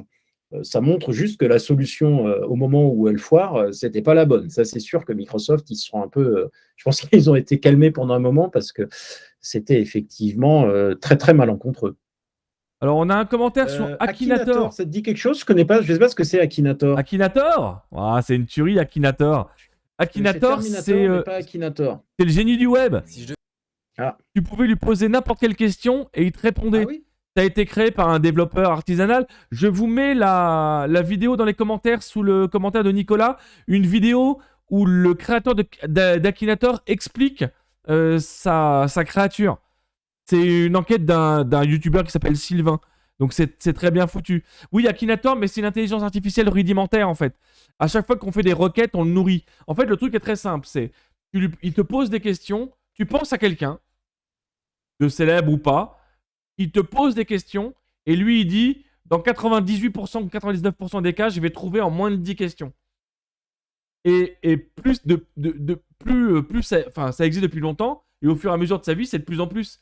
Parce qu'en fait, à chaque fois qu'on pose des questions et qu'on répond, même quand il perd, ça l'enrichit en fait. En fait, c'est nous qui faisons le machine learning d'Akinator. C'est comme CAPTCHA. Quand il te demande le CAPTCHA pour Google, ouais, on nourrit Google. Ouais, bien sûr. Il te demande d'indiquer les photos sur lesquelles il y a un feu rouge. Derrière, c'est retraité parce que tu lui dis quels sont les feux rouges et donc ils savent que sur cette photo, il y a un feu rouge et ça peut alimenter un machine learning en fait. Parce que CAPTCHA est utilisé, je sais pas, plusieurs millions de fois par jour. Donc, plusieurs millions de fois des identifications de photos. Là, il y a un camion, là, il y a un pont, là, il y a un feu rouge. Eh ben, ils entraînent leur. C'est comme ça que Google a entraîné ses IA au début. Mais tu te souviens de cette conférence-là où, il y a 10 ans, il y a 12 ans, où Google montrait qu'il avait, nourri une IA avec le machine learning et il avait donné des milliards d'images de chats. Et il donnait la conférence, il montrait plein d'images. On en avait déjà parlé, ça. Et à un moment, la machine a reconnu comme un chat une girafe. En fait. Alors qu'ils avaient déjà donné des milliards d'images de chats. Donc en fait, on n'a rien de définitif, en fait. L'IA, c'est une intelligence floue, en fait. Et ça pointe sur une limite du modèle du machine learning, c'est que le machine learning, il est inductif. D'accord? C'est-à-dire qu'il part d'un échantillon pour induire des trucs. Et donc, il est hyper sensible à la nouveauté. C'est-à-dire que presque par définition, il va mal gérer la nouveauté. Ah ouais? Et donc, l'IA va être assez puissante dans des univers stables, d'accord? Mais va se planter dans 5% des cas qui sont l'émergence de la nouveauté pour lequel la base n'a pas été alimentée et le truc va partir en vrille. Et ce qui est très intéressant, c'est qu'on va avoir des comportements complètement non linéaires. Il y a un exemple qui est je crois que c'était sur Tesla. Tesla, ils sont basés en Californie, puis un jour, ils ont vendu une voiture en Suède, une de leurs premières voitures, et en Suède, il y a un truc, vous savez, qui est tout blanc, qui tombe du ciel, qui s'appelle la neige. Et donc, le capteur se voit tout d'un coup avec des milliers de points blancs, et la bagnole est partie en vrille. Le truc a pété un câble, littéralement, et la bagnole, ça s'est pas mal terminé, mais le gars a dû s'arrêter parce que le truc est parti en vrille, parce que face à la nouveauté, l'induction, elle ne fonctionne pas, en fait, puisqu'il n'y a pas un modèle qui va s'appuyer. Donc là, c'est aussi une fragilité de ces systèmes, et ça explique pourquoi ils partent assez facilement en vrille, et notamment, ça peut expliquer l'histoire de Microsoft qui finit en étant nazi, etc. C'est-à-dire qu'à un moment donné, il y a un truc qui ne sait pas gérer, et il part en vrille. Et enfin, il y a un dernier élément qui, pour l'IA de manière générale, qui va tous nous toucher, c'est la question des véhicules de niveau 5. c'est ce qu'on appelle la question, c'est un paradoxe, c'est la question de ce qu'on appelle les machines morales. Vous êtes dans une voiture de niveau 5, donc une voiture qui conduit toute seule par une IA. Vous êtes dans cette voiture, vous roulez à la bonne vitesse, le feu est vert, vous pouvez passer. Et là, vous avez deux personnes qui traversent. À gauche, il y a une dame qui tient la main d'un enfant, et à droite, vous avez une personne âgée. Les deux traversent en même temps, vous allez avoir un accident. Vous n'avez pas le temps de freiner, la voiture et vous allez avoir un accident. Qui est-ce qui va décider de laquelle des deux personnes qui sera renversée? Ben, c'est la voiture. C'est donc un développeur, un môme qui a fait Stanford et qui a codé l'intelligence artificielle dans votre véhicule. Et c'est le véhicule qui va prendre cette décision à un moment, puisqu'il ne peut pas freiner. Et c'est vous qui allez vivre avec cette décision qui est la conséquence d'un jeune que vous connaîtrez jamais, qu'aura codé quelque part. Parce que vous, si vous étiez au volant, qu'est-ce que vous auriez fait? Ben, peut-être que vous auriez vu à temps et vous auriez freiné à temps, ou peut-être que vous joueriez sur l'airbag et vous donneriez un coup de volant pour prendre le mur à droite. Et bien, vous ne savez pas ce qui va se passer. Alors, c'est une expérience qui a été conduite il y a 3 ou 4 ans par un groupe de sociologues américains et français, une partie du MIT, une partie en France à l'EHESS, il me semble, et c'est ce qui s'appelle l'expérience machine morale. Et en fait, pour nourrir de l'IA, ils vous ont mis face à un très grand nombre de dilemmes moraux, où à chaque fois, vous deviez dire quel était le choix. Il n'y a jamais de bon choix, en fait. Et à chaque fois, vous devez dire quel est le choix que vous auriez fait. Et c'est là où on se rend compte que la question de l'IA est une question qui est infiniment plus complexe, parce que sur toutes les questions simples, on peut ou on peut pas, oui ou non, toutes ces questions-là, l'IA, elle peut répondre, mais tout ça, ça correspond à quoi dans la réalité? 1%, 2%, 3% des questions? Ça correspond à très peu de choses. La plupart des questions auxquelles nous devons répondre toute la journée sont des questions qui ont des contenances morales. Vous allez à la boulangerie pour acheter du pain, vous êtes au régime, le petit pain au chocolat, vous le prenez ou vous le prenez pas? Ah bah Hein? oui, bien sûr. Bah ouais, l'IA, qu'est-ce qu'elle va vous dire là-dessus? Elle est incapable de vous dire si vous le prenez ou pas. Vous avez l'argent dans votre poche, elle va prendre quoi comme critère? Vous avez les sous, vous êtes à la boulangerie, mais en fait, vous-même, votre dilemme, c'est je le prends ou je le prends pas. Personne peut répondre à ça à votre place. Je freine ou je freine pas. Personne peut y répondre à votre place. Ce sont les dilemmes moraux. Les IA ne sont pas capables de répondre aux dilemmes moraux. Là, on a la différence entre la décision et le jugement. La décision, elle est assez objective sur des datas et le jugement, c'est subjectif et circonstancié. C'est-à-dire que ça m'appartient et c'est circonstancié, c'est-à-dire que c'est une décision que je prendrais peut-être différemment 10 minutes plus tard ou 10 minutes plus tôt. Alors évidemment, l'IA, elle est en tout cas pas pour un long moment capable d'exercer des jugements, sauf de manière simulée. Le jugement, je crois que ça sera le dernier truc qui distinguera la machine de l'humain. Peut-être que ça changera dans 50 ans, mais en temps, on n'y est pas. Je crois que ces questions, ça fait très très peur. Je crois qu'elles sont assez largement théoriques parce que la réalité, c'est que si on est confronté à ça, on est dans une voiture qui va à 120 km/h, il faut faire A ou B. Je ne suis pas sûr qu'on ait le temps de réfléchir et que ce soit vraiment un choix. Donc, je trouve ces questions passionnantes sur le plan de la psychologie et de la philosophie et assez inintéressante sur le plan de l'IA, en fait. Parce que c'est faire croire que l'humain, dans cette situation-là, sera capable d'avoir une décision morale, justifiée et tout. La réalité, c'est que si on est à 120 km/h, je suis très heureux de ne pas encore avoir été dans cette situation-là, parce que ça suppose qu'on ait vu les deux, ça suppose qu'on ait le temps de réfléchir, qu'on ait le temps de faire un choix, etc. Donc je crois que c'est des situations très largement théoriques, assez rares, voire quasiment irréelles. Je crois que ça fait peur dans les chaumières et je trouve, moi, pas ça très intéressant. Je mets le lien dans les questions. La machine morale. J'ai rajouté le lien. Non, mais surtout qu'en fait, nous-mêmes, on a un mal fou à traiter les questions complexes. Nous-mêmes, on a un mal fou à traiter les questions complexes. Les objets complexes, on a un mal fou à analyser plein d'objets en même temps. C'est difficile. Combien de temps vous mettez pour choisir votre menu quand vous allez au McDo? Quand vous devez acheter un frigo, combien de temps vous mettez pour choisir le frigo que vous allez acheter?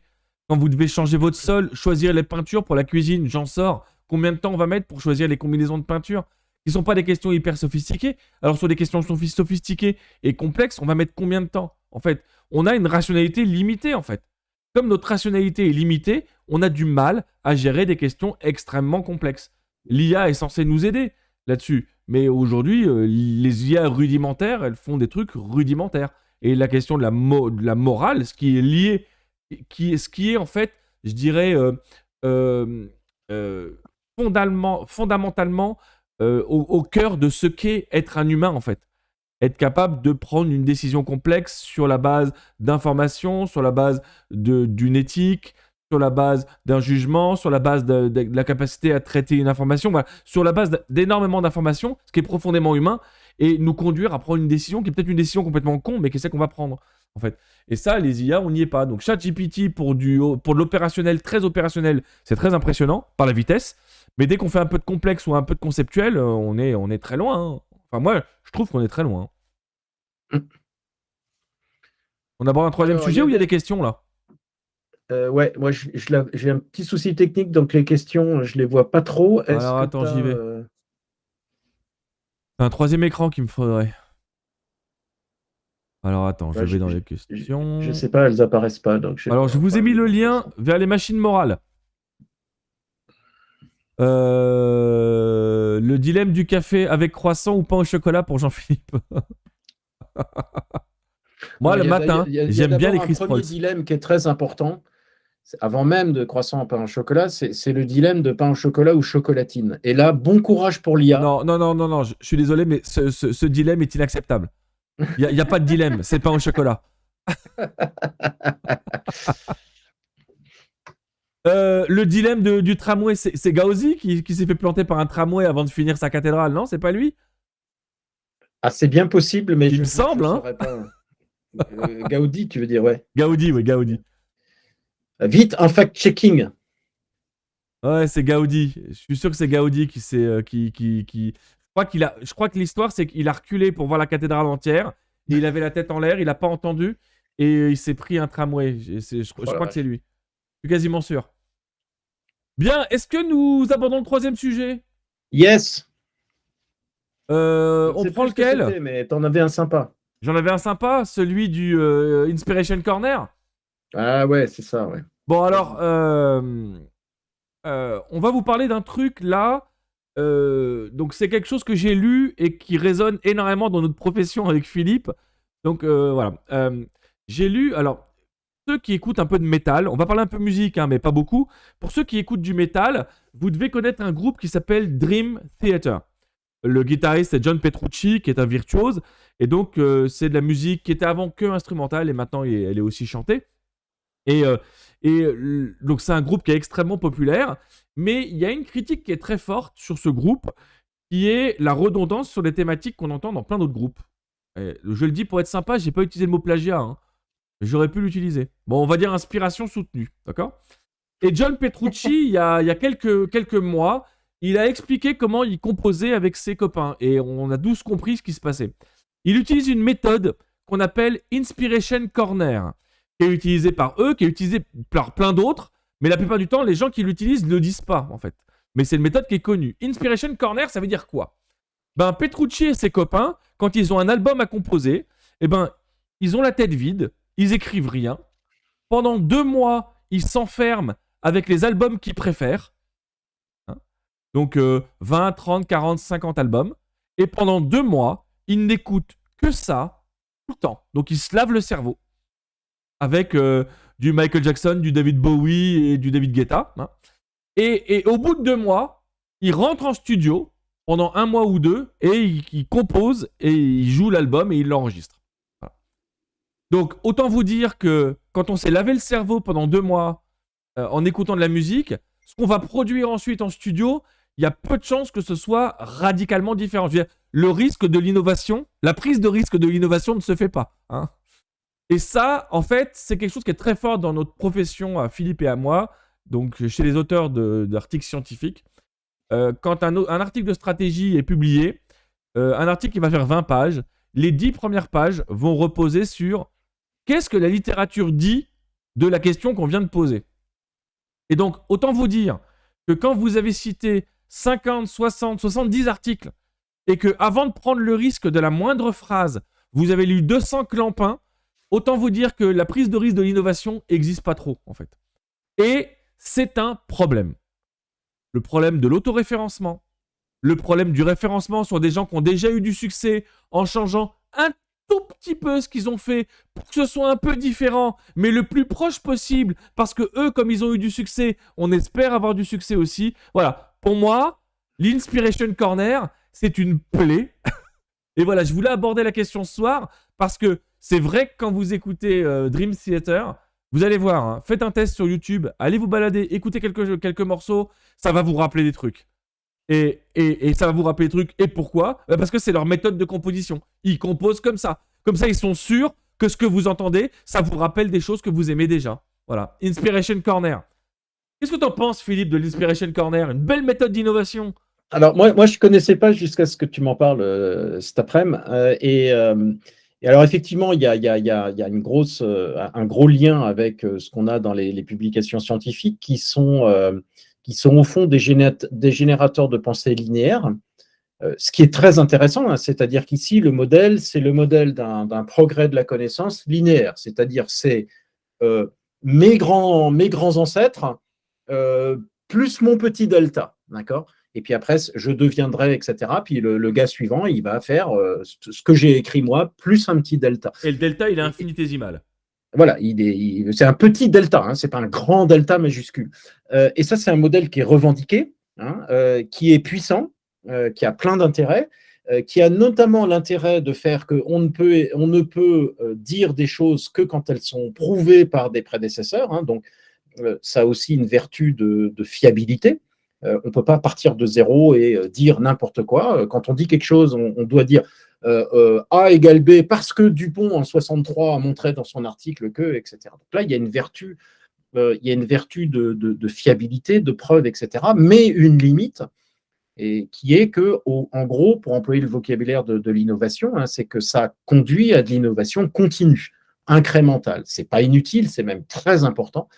Mais il est évident que celui ou celle, quel que soit le domaine, hein, que ce soit dans la recherche scientifique ou l'innovation en général, eh bien, le disrupteur, lui, en général, il ne va pas procéder du tout comme ça. Non seulement il ne va pas bâtir son idée en s'appuyant sur ce qu'ont dit les prédécesseurs, mais il va même aller à l'encontre de ce qu'ont dit les prédécesseurs. Ce qui explique d'ailleurs ce qu'évoquait Julien tout à l'heure, qu'on va se moquer de lui, on va le critiquer, etc.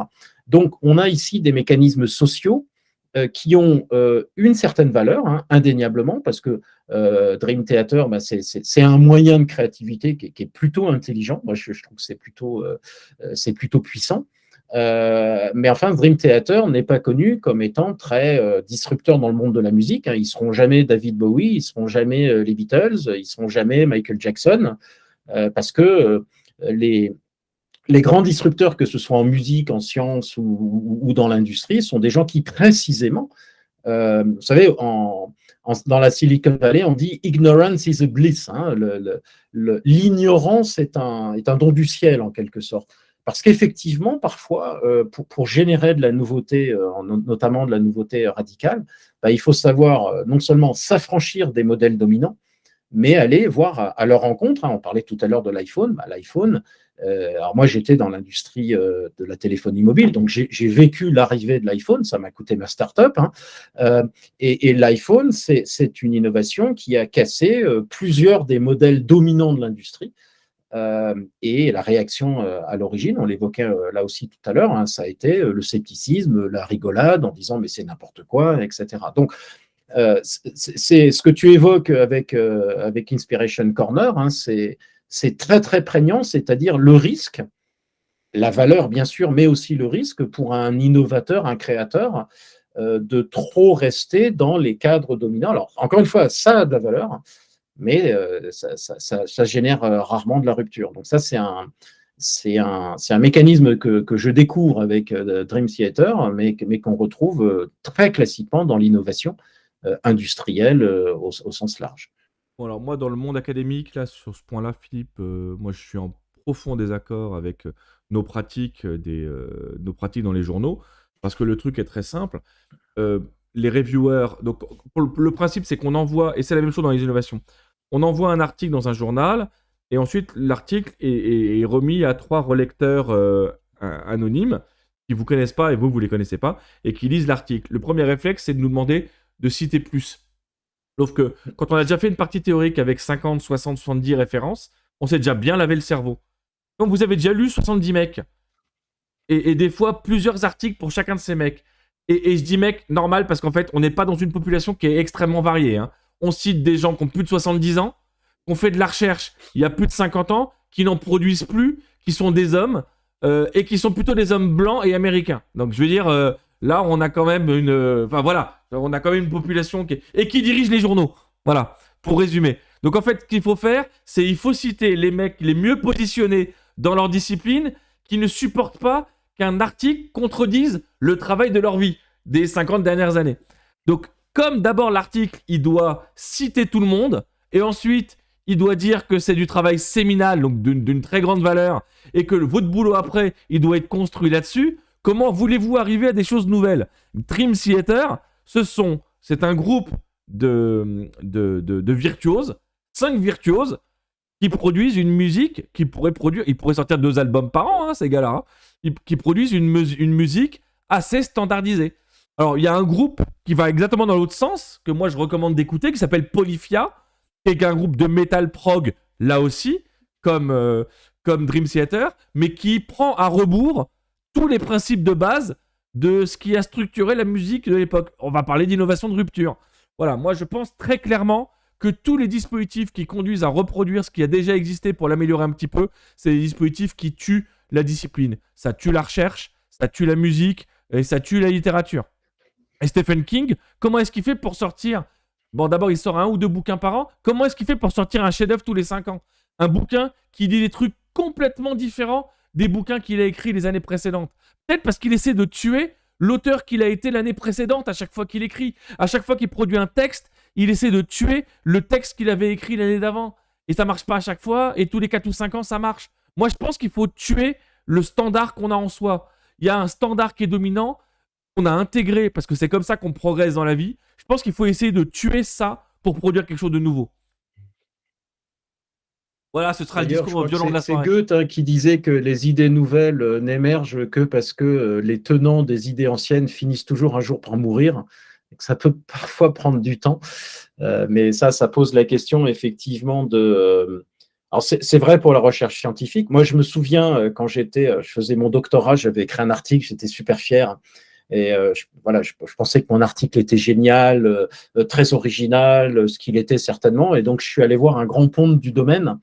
Et il m'a dit, oh, c'est vachement intéressant, Philippe, mais ça ne sera jamais publié, il faut vraiment que tu arrêtes. Et je lui dis, mais pourquoi? Il dit, parce que en fait, ce que tu évoques là, personne n'en parle dans la littérature, donc tu pourras citer personne et donc tu ne seras jamais publié. Donc là, j'ai compris effectivement que j'étais, enfin, c'est mon interprétation, hein, j'étais un peu trop novateur ou un peu trop original, etc. Et Ou que juste donc, j'aurais différent, en fait. aucune chance d'être publié parce que ce qu'il fallait, c'est avant tout me raccrocher à ce que le champ appelle une conversation existante. Donc, ça veut dire que je n'ai le droit de parler que de choses dont mes grands, comment on appelle ça, les grands du domaine parlent déjà. Et il n'y a Et que je les peux grands qui ont le rejoindre. droit de lancer de nouvelles conversations. Alors, comment se lance cette nouvelle conversation? Einstein, rappelez-vous, n'a pas publié dans une grande revue. Hein. Ces 2 articles totalement révolutionnaires ont été écrits dans un tout petit journal de la revue des brevets Pareil pour de Poincaré. Zurich ou un truc comme ça. Pareil pour C'est un Poincaré dans journal. un journal, un obscur journal italien. Voilà, donc parce que effectivement, les institutions sont construites pour la continuité. Et très souvent, effectivement, les innovateurs ont une difficulté, c'est que si ils essayent de faire passer leur innovation de rupture par les institutions actuelles, bah, ça se passe mal puisqu'elles sont construites contre ça.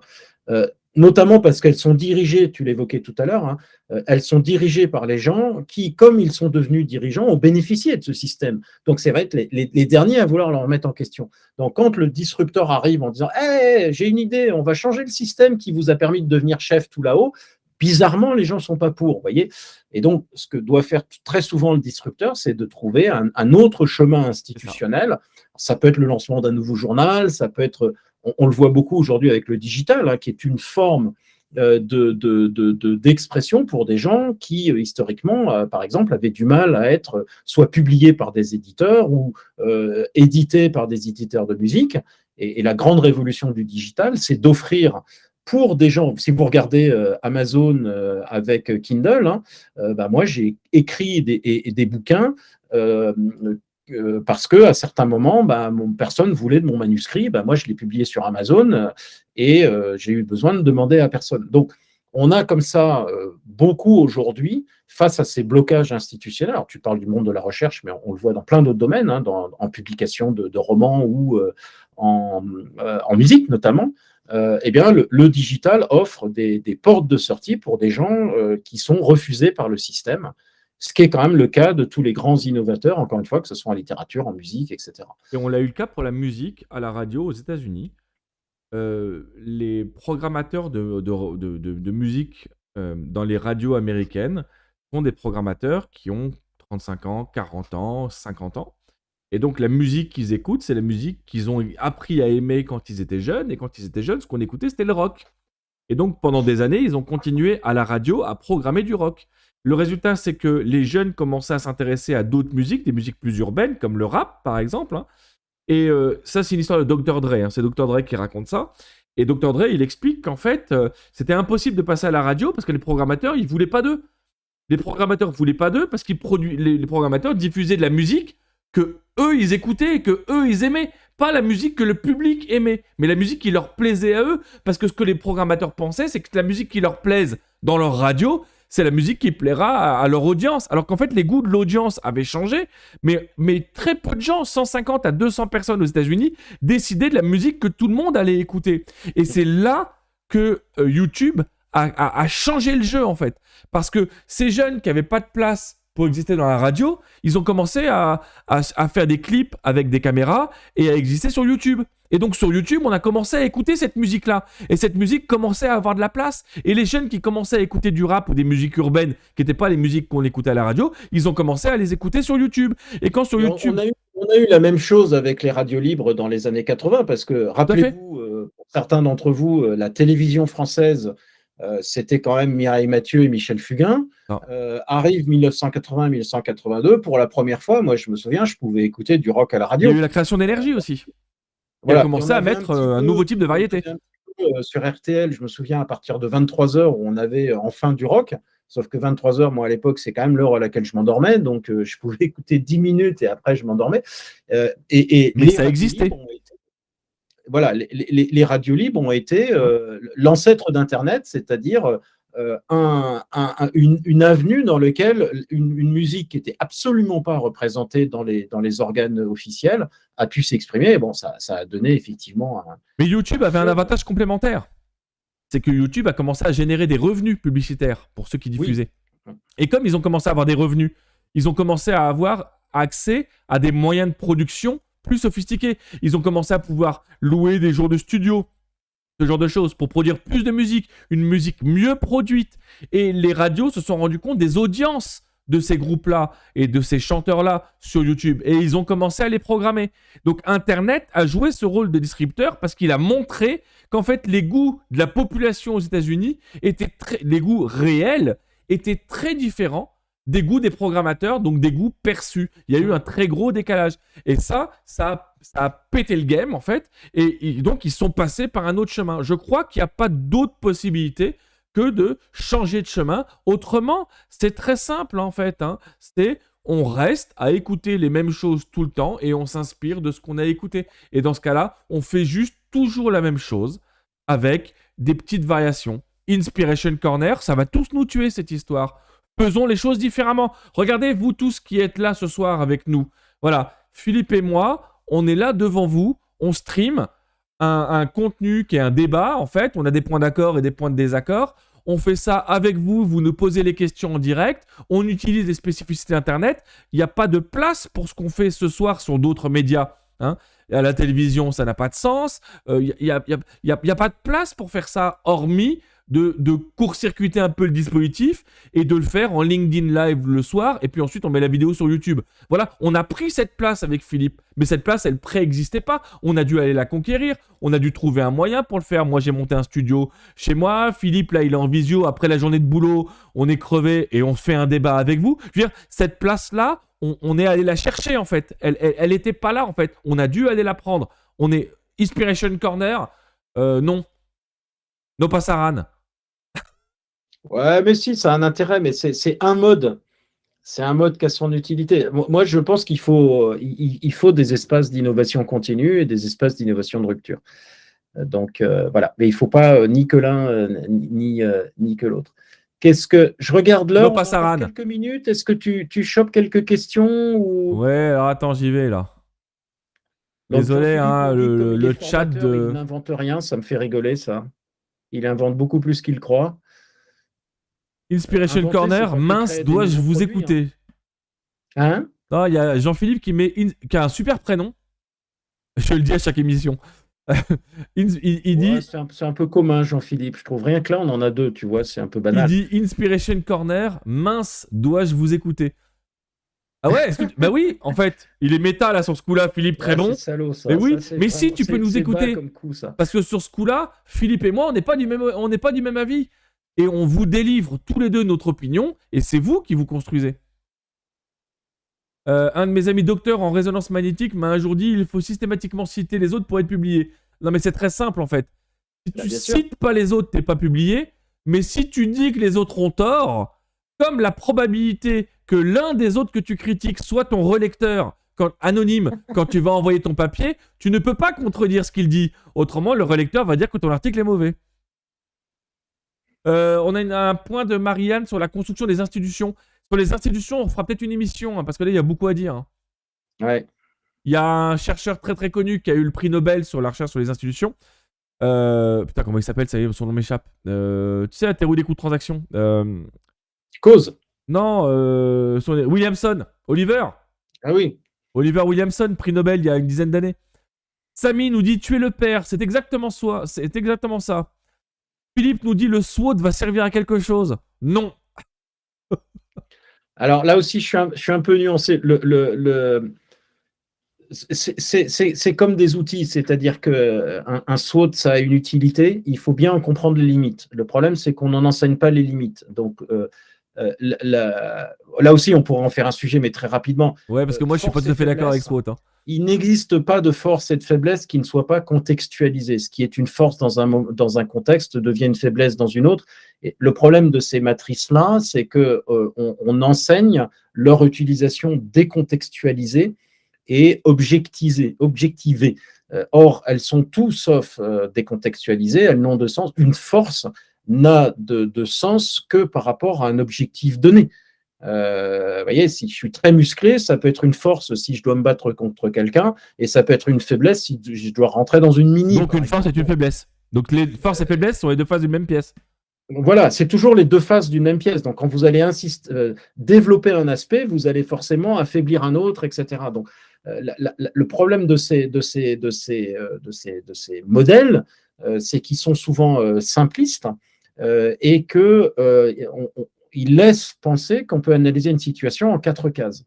Voilà, donc c'est comme tout, c'est-à-dire que c'est un outil dont la mauvaise utilisation peut gravement nuire à la santé. Mais s'ils sont bien utilisés en comprenant bien les limites, et un SWOT, c'est avant tout, normalement, enfin moi quand je l'utilise, c'est quelques notes pour préparer une discussion interactive avec une équipe sur force, faiblesse, le contexte, etc. Et c'est forcément interactif. Si c'est juste remplir 4 cases, c'est un exercice très stupide et très nocif. Bon, moi j'ai fait 2 vidéos là-dessus, hein. J'en parle pendant 2 heures hein, ou 2 heures et demie, un truc comme ça. Donc je vous laisserai aller sur ma chaîne YouTube pour voir le truc. Là encore, mais Philippe et moi on en avait déjà parlé, on sait qu'on n'est pas d'accord. Moi je pense que les outils, il faut tous les jeter à la poubelle. Ah ouais, je vais être... alors moi je suis très très direct là-dessus. Hein. Moi je pense que les outils, il faut tous les mettre à la poubelle parce qu'ils ont tendance à standardiser notre façon de penser. Et je pense que dès que vous standardisez votre façon de penser, vous ne cherchez plus à comprendre vous-même les défaillances dans votre raisonnement. Et c'est la même chose, ce que je conseille quand vous construisez un raisonnement sophistiqué, c'est de lire le plus de gens possible qui pensent différemment. Parce que vous devez absolument trouver les défaillances dans votre raisonnement. Et dans un outil, vous ne pouvez pas, parce qu'un outil, il y a un biais cognitif qui s'appelle l'effet miroir, qui fait qu'on a tendance à projeter en face de soi quelque chose qui nous ressemble. Quand on fait les personas, par exemple, avec des étudiants, les personas qu'ils construisent, ce sont des étudiants. Et ça, et je l'ai fait avec des commerciaux, je l'ai fait avec des dirigeants, je l'ai fait avec des directeurs marketing, c'est toujours pareil. L'effet miroir, c'est un biais qui est très puissant en fait. Et alors que dans la réalité, il faut toujours aller chercher la contradiction, pas contredire, chercher quelqu'un qui va vous contredire et analyser les arguments de cette contradiction pour renforcer votre propre raisonnement. Ce que les outils sont incapables de faire. Puisque les outils sont juste le reflet de votre pensée. Vous avez un outil devant vous, vous le construisez, vous le remplissez, vous avez l'impression que vous avez bossé. En fait, vous n'avez rien fait. Vous avez juste reformulé votre pensée. Le vrai raisonnement, ce serait donc de critiquer le résultat que vous obtenez dans l'outil. Donc moi, je pense que les outils, il faut les bazarder. Il ne faut pas utiliser d'outils pour la gamberge. Et le seul truc, c'est un repère à 2 ou 4 dimensions, un fichier Excel, et surtout, faites-vous l'avocat du diable, contredisez votre raisonnement, ou travaillez avec des gens qui vont contredire votre raisonnement, et essayez d'analyser chaque facette de votre raisonnement. Donc moi, je suis contre les outils. Je suis contre l'emploi des outils. J'ai écrit un bouquin là-dessus. Donc moi, je suis vraiment contre l'emploi des outils, mais radicalement, viscéralement. Voilà ma diatribe sur les outils. Les outils, c'est mal. No passaran, les outils. Un sujet pour le prochain live. On parle des outils la prochaine fois si tu veux. No passaran, les outils. Attends, je suis en train de lire les questions là. C'est comme un marteau. Un marteau, ça peut servir à planter des clous. Oui, mais si tu sais que utiliser ton marteau, tout ce que tu auras en face de toi, ce seront des clous. Pas forcément. C'est un risque, mais c'est pas forcément. Tu peux avoir un bon ouvrier qui sait bien que son marteau va servir pour des clous, mais pas pour des vis. Ce qui est important, c'est la conscience de ce à quoi peut servir l'outil et ce à quoi il ne doit pas servir. Un outil, on apprend à s'en servir. Hein, il y a des gens qui apprennent mal à se servir d'un outil, donc soit ils vont faire des bêtises, soit ils vont utiliser le marteau pour enfoncer des vis, soit ils vont le manipuler et puis ils vont se taper sur les doigts. Donc un outil mal utilisé, effectivement, est dangereux. Là, je suis entièrement d'accord. Un outil mal utilisé va générer ce que tu évoques, l'effet miroir, enfin toutes les dérives qu'on a sur des outils mal utilisés. Un outil bien utilisé, la première façon de bien utiliser un outil, c'est d'en comprendre les limites. Et donc, en ce sens, je ne suis pas sûr qu'un SWOT ait beaucoup d'intérêt, c'est un truc qui peut être utile, mais de bien en comprendre les limites, alors, et elles sont très nombreuses. Bon, on ne va pas peut-être ouvrir le débat. Si, il y a un point qui est intéressant dans ce que tu dis, c'est que pour bien utiliser un outil, il faut en comprendre ça veut donc dire que pour bien utiliser un outil, il faut en comprendre les fondements conceptuels. Ah bah bien sûr. Évidemment. Alors moi, je suis allé me taper la publication originale du SWOT. Je suis allé le lire, le bouquin. Je l'ai trouvé en version originale. Toutes les condoléances, t'as de bien. Ouais, alors je me suis bien fait chier, surtout qu'en plus, le SWOT n'apparaît pas dans la première édition. C'est qu'en fait, il apparaît beaucoup plus tard. Je crois qu'il apparaît à la 7e ou à la 8e. Le modèle d'origine, c'est le modèle LCAG, Lord Christensen, Andersen, Andrews et Guts. Ça a été publié en 1968 aux publications Harvard. C'est pour ça qu'on appelle ça l'école de Harvard. Je me suis cogné le bouquin. Et donc, ce modèle-là, le bouquin s'appelle Méthode d'analyse. Je me souviens même plus comment il s'appelle. C'est un bouquin d'études de cas. Études de cas, de stratégie. C'est un bouquin d'études de cas qui raconte plein d'histoires. Et eux, ils expliquent donc textuellement qu'il faut confronter force et faiblesse pour comprendre. Ils l'expliquent, ça prend des plombes. Et en fait, ils utilisent plein d'histoires d'entreprises. Et ils nous disent, regardez, eux, ils ont fait comme ça a bien marché, donc c'est comme ça qu'il faut faire. Putain, mais c'est exactement comme ça qu'il ne faut pas réfléchir, en fait. C'est absolument comme ça qu'il ne faut pas réfléchir. C'est comme ça qu'on enseignait la stratégie dans les années 20 et dans les années 30. On prenait un cas qui avait réussi dans une entreprise, dans la nature. Hein, on prenait un cas qui avait réussi, on disait, regardez, le gars, en faisant ça, ça a marché. Il faut faire pareil. Sauf que toi, tu es un mec différent, tu penses de manière différente, tu as un passé différent, tu as une histoire différente, tu as des ressources différentes, tu as des salariés différents, le contexte n'est pas le même, tes concurrents ne sont pas les mêmes, tout est différent. Sauf que le gars qui va t'apprendre à faire ça, il va pas te dire en fait que le contexte est structurant. Il va te dire, regarde lui ce qu'il a fait et il a eu du succès. Fais pareil. Et bien c'est la même logique avec SWOT. La logique avec SWOT, c'est si tu analyses tes forces et tes faiblesses, tu seras meilleur que celui qui n'analyse pas ses forces et ses faiblesses. Sauf que tes forces et tes faiblesses, c'est les deux faces d'une même pièce. Tu veux faire du judo, t'es hyper musclé, c'est super, sauf que comme t'es très musclé, t'es plus lourd, t'as plus d'inertie et t'es moins souple. En face de toi, il y a un mec qui est hyper souple et qui est moins musclé. Il est hyper souple, c'est une force, mais il est moins musclé, c'est une faiblesse. Qui est-ce qui va gagner le combat? Eh ben, je sais pas en fait lequel va gagner le combat, parce que chacun a une force et sa force, chacun a une faiblesse et sa faiblesse, c'est la force du mec qui est en face. Qu'est-ce qui va se passer? Eh ben, c'est le contexte qui va décider, en fait. Et si on fait un match, on fait 10 matchs entre eux, peut-être qu'on arrivera à 5-5 et le contexte n'aura pas tranché. Mais peut-être qu'on arrivera avec le petit qui gagne 8 fois. Parce que sa force, relativement, elle est plus forte que la faiblesse qui est perçue par son adversaire. L'outil en soi, pour moi, n'a aucune utilité. Alors, si la compréhension que l'outil n'a pas d'utilité déclenche chez vous une volonté d'analyse, moi, je vous dis bravo, l'outil aura généré ça. Donc, il aura eu, paradoxalement, une utilité. Mais s'il a cette utilité, ça me va. Disons que les outils sont utiles, si c'est celle-ci. Si l'utilité des outils, c'est de vous faire comprendre qu'il ne faut pas utiliser d'outils, les outils sont utiles.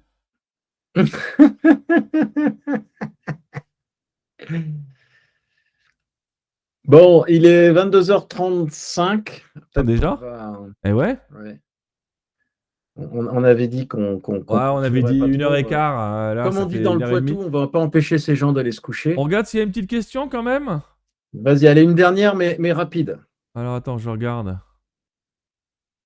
Ah ouais, alors il y a un commentaire d'abord. Pascal Struzman, LCAG sur Stratégor, c'est résumé en une page. Alors, je ferai un seul commentaire. Que Philippe ne fera pas, il n'engage que moi. Ok? Ça vous donne une bonne idée de la qualité du bouquin. Voilà. LCAG sur Stratégor, résumé en une page. Ça vous donne une bonne idée de la qualité du livre. Ça, c'était mon commentaire. Il n'engage que moi.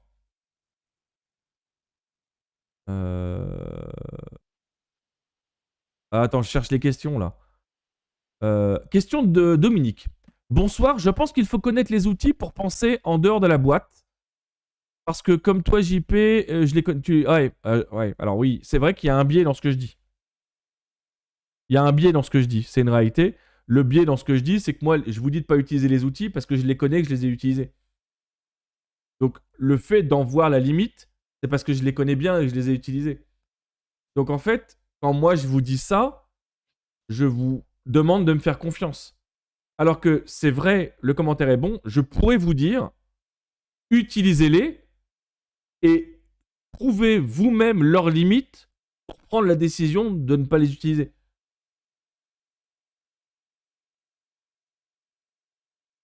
On a complexifié le bordel.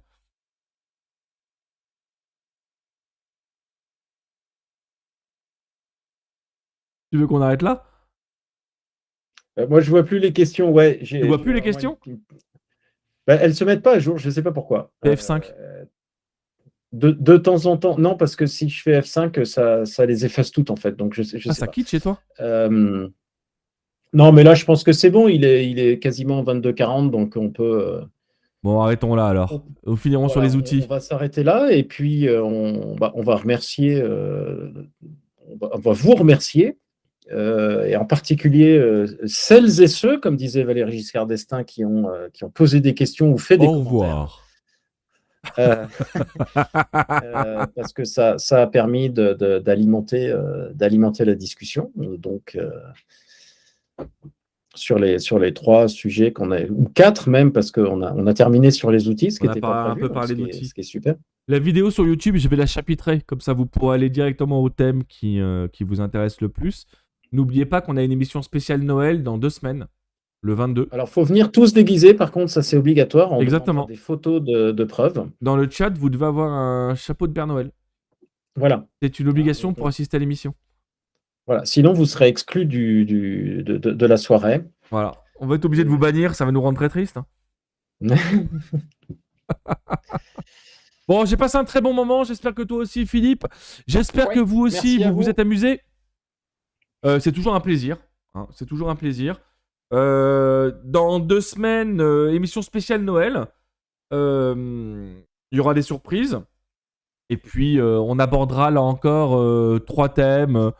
Peut-être 2 thèmes, on verra. Parce que là, on a été beaucoup plus long que ce qu'on avait prévu. Hein. On avait dit 1h, 1h15. Ça fait déjà eu presque 1h40 qu'on est en ligne. En tout cas, je vous embrasse tous. Je vous souhaite à tous une excellente soirée. Philippe, passe une excellente soirée. Repose-toi bien. De même. Merci à tous. Bonne soirée. Bonne soirée à tous. Au 22, j'espère. Et on se voit le 22. Bye bye. Salut. Merci. Au revoir.